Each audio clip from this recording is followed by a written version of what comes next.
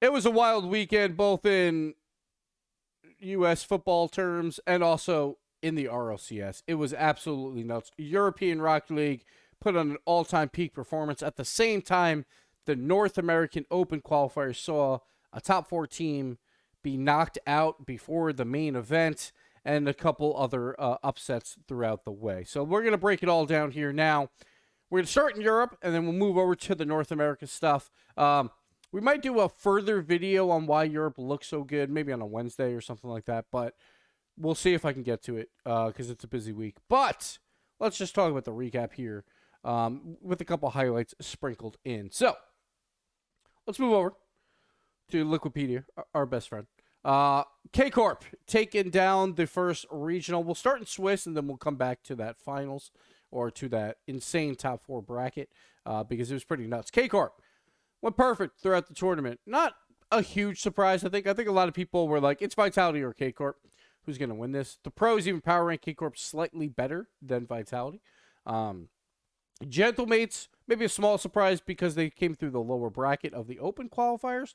But I think if they didn't, I think the pros would have ranked them a bit higher because the pro power ranking for Europe was a little bit different than the NA one, where they did it after the teams made main event. So they already knew some results. But the big upset was Oxygen falling out. They were power ranked number 4 by the pros, so that was a big one. So Oxygen being knocked out, they're probably one of those other teams that people expect to maybe compete in that top 5 space, top 4 space. Obviously, the pros do. And Oxygen also, just to shove it in North America's face just a little bit more, they were the ones that came over, had a $10,000 tournament in December, and won it versus all the North American teams where they reverse swept G2. So, NA down in the dumps a little bit. But moving on to the playoff bracket, the quarterfinals was very one-sided across the board.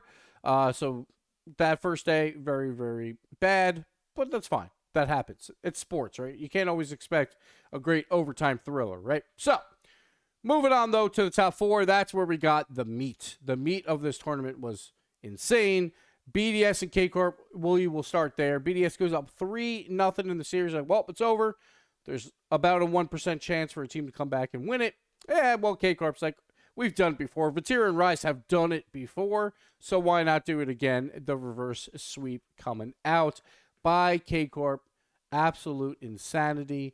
You didn't really expect that. Well, you didn't expect BDS to go up 3-0, probably. I think many people thought it'd be a K-Corp Vitality final. It was not.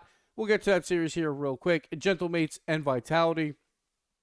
The mates go up early. Vitality battled back a little bit. Almost came back from a 3-1 after a long overtime. But then Game 7 happened, and we're going to talk about that right now. And we're going to show a clip of what happened at the end of Game 7. We're going to play the whole thing because it's pretty wild. And if you are fans of Space Station or Arsenal, don't watch this next minute. All right, so let's bring it up here. Oh, boy. Vitality's up 2-1, 11 on the clock. It's over, right? Game 7, Champs Field. It's over.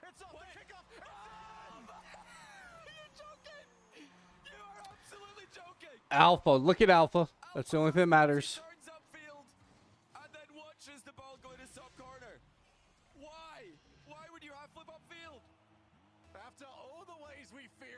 I like cheating on kickoffs. I get why you turn up field. If you're the third man on boost, I think it gets a bad rap. But when you're up with 11 seconds left, you don't turn up field. You protect the net. I don't understand. Yeah, like everyone's obviously going to talk about that. So, Alpine gets it. Brilliant kickoff. See, you turn up field. This is why you turn up field. Juicy, perfect kickoff, right to Juicy. Gets the pass down to Seiko. And there you go. And that's it. Vitality. That's how they lose. Again, we talked about the Zen haircut. You can see it there in the corner.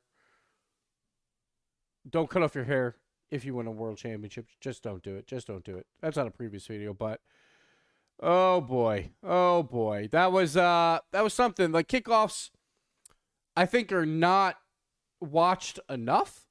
Or are not practiced enough, except if you're K-Corp. And I wanted to bring this up as well. Let's see if I did. Hootie who on Twitter, go follow him. He's great. He's with Oxygen. He was clipping out all the insane K-Corp kickoffs. So we're just going to play them all back to back. So I think he did 3 of them. K-Corp really practices their kickoffs, and I love to see it. It's like the one time you have a chance to do a set play. So obviously the kickoff has to go your way, but I love that we have started to see these. I'm not sure how loud this is going to be, but we'll bring it back up. Here we go. So, first kickoff. Oh, this is very loud. Okay. Right there, Addo just goes in the back, just throws it deep. It didn't exactly work probably how they wanted it. But you see Vatira, he comes up from the midfield, and we'll show it here one more time. So I'm going to pause it. Right when Vatira comes up. See, like Addo goes back for his back boost.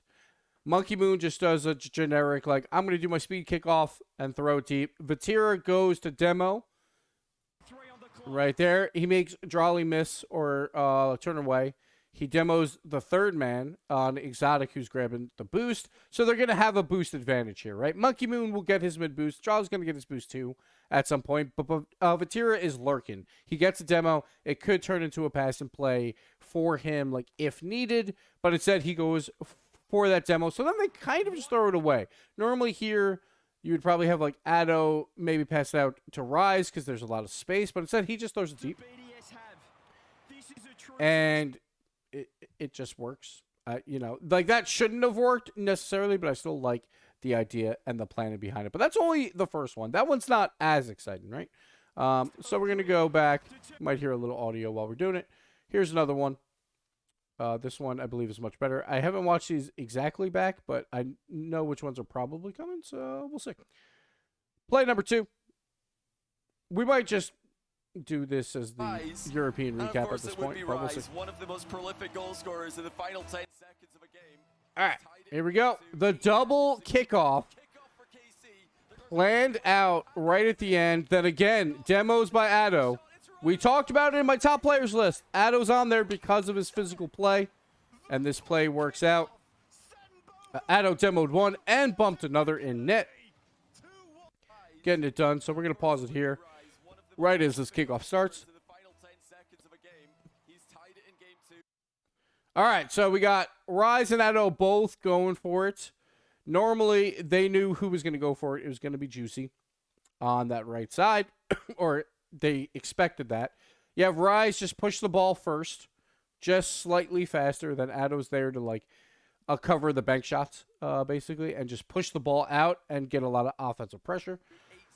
Ball works out perfectly. That's exactly what you want. Just really fast, high up on the wall. And it'll turn into, like, they have a cheater. They have someone grabbing boost, like, that cannot hit this ball because the ball's moving too quickly. Works out. Now, Addo's just hunting. He's like, I don't have much boost. I have some, but not a lot. I'm just going to go for the bumps on the third man. The other two that were cheating are kind of out of the play a little bit more. Like, so Vatira beats him. Finally, one gets back into net, but Addo is like, well, I'm going to also bump you as well. And it ends there with a brilliant, brilliant goal. And K-Corp, not only do they do it, and sorry about all the depixelated stuff, it's a Twitter video, but not only do they do that in normal play where they do a lot of great teamwork-oriented plays, they do it off the kickoff, which you don't see that much anymore, or really ever. You see it occasionally, but it's pretty rare. So that's another one, and then there's a third one. And since this video is going long, we're probably just going to do the European recap here, and I'll do the North American Open qualifier in a video for tomorrow, because I don't like to make these videos too long. And because now we're looking into more of the European greatness that is there. Moving on. Third kickoff. Again, Hootie Hoo on Twitter. Go follow. They are really committing heavily for these kickoffs again. So again, another double kickoff here, but this time it's a fake. Rise fakes it, goes to Vatira. Vatira just wins it cleanly through. Now he just, there he wants a low 50, and he wants Rise then to follow it up and score. It didn't really work necessarily right then, but Addo just keeps the pressure going, and they do score anyway. But I think the idea behind this one is you push the ball forward, you allow Vatira to then do a low 50 on the third man, and it opens up the door for Rise, who's going to grab this boost quicker than either of the other two on the other team, and it'll allow him to score an easy goal. But Vatira, he tries to kind of kill it, kind of. Wasn't the best 50, and maybe that was more of his plan, but it does turn into an Addo play at least, who's also moving upfield because he trusts his teammates. And that's the thing in Europe. They trust each other so much more when they're in the air, and they get another goal out of it. And it was just insane. It was just insane. There's one more play I want to show you. This one comes out of the finals, and I just want to give some props out to Juicy, who I think a lot of people were downgrading, saying like, the mates are not going to do much here. But we're going to take a look here at a great goal by Juicy, probably the best goal of the grand finals, or one of the best. Move back on over, and here we go. First touch was brilliant. Kept the angle of it, but also had the... This is when Alpine is down 2 games, so they absolutely need this, and it's just nutty. Just nutty. Over Vatira as well. One of the best players on defense in the world. Throw it up high off the ceiling so you can hit it first. That's just brilliant, because you throw it off the ceiling instead of the backboard so the defender cannot hit it first. And then he's still got to do more because Vatira is blocking the entire net, so he has no angles. So he's got to throw it again off the back wall and then throw it around Vatira. Again, one of the best players on defense in the world, and he makes that play happen. Juicy, massive credit to them, to Alpine, to make that grand finals. K-Corp does get the win, though. And we'll move back on over here, and I'll see if I have anything else to show. But I don't think so. But Europe, they also had tons of team aerial plays where one player goes up for the aerial, does it slow, allows everyone else to move where they need to move to then try and make a play on the ball afterwards. And because they do that so often, then there's times when they go up in the air, they play it slow, then they fake it out. And then they don't touch it anymore, but their teammates know that they're going for the fake, and then they're able to make plays off of that as well. So many more aerial fakes out of Europe than out of North America, and I think there's still some time for North America to catch up. I think the true test is if we do see a G2 versus Gen G when both teams are clicking, then I think you'll see a better result, or you'll see what exactly North America has. Right now it's hard to tell because G2 just took down a Gen G by playing good positional play, but it was also Gen G just throwing the ball away. Excuse me. Which is what we kind of showed in the replay analysis last week. So we'll see if that changes. We'll see if North America has a chance to look better, at least at the top 2 stage. And I think the top 2 is probably the most important to battle against the best in Europe. But for now, I would say Europe is a class above, and everyone needs to watch out. But we're going to end it here. It's supposed to be an NA recap as well. I apologize. We'll do that in the next video because this one went long because I wanted to just gush over Europe because Europe is great. But K-Corp does get the win. They have open quals this weekend. We'll see if they can survive K-Corp, because who knows? Who knows with open quals? I don't know. Anyway, that'll do it for me. Thank you guys for watching. We'll see you tomorrow with the NA Open Qualifier recap. Thank you for watching. Goodbye.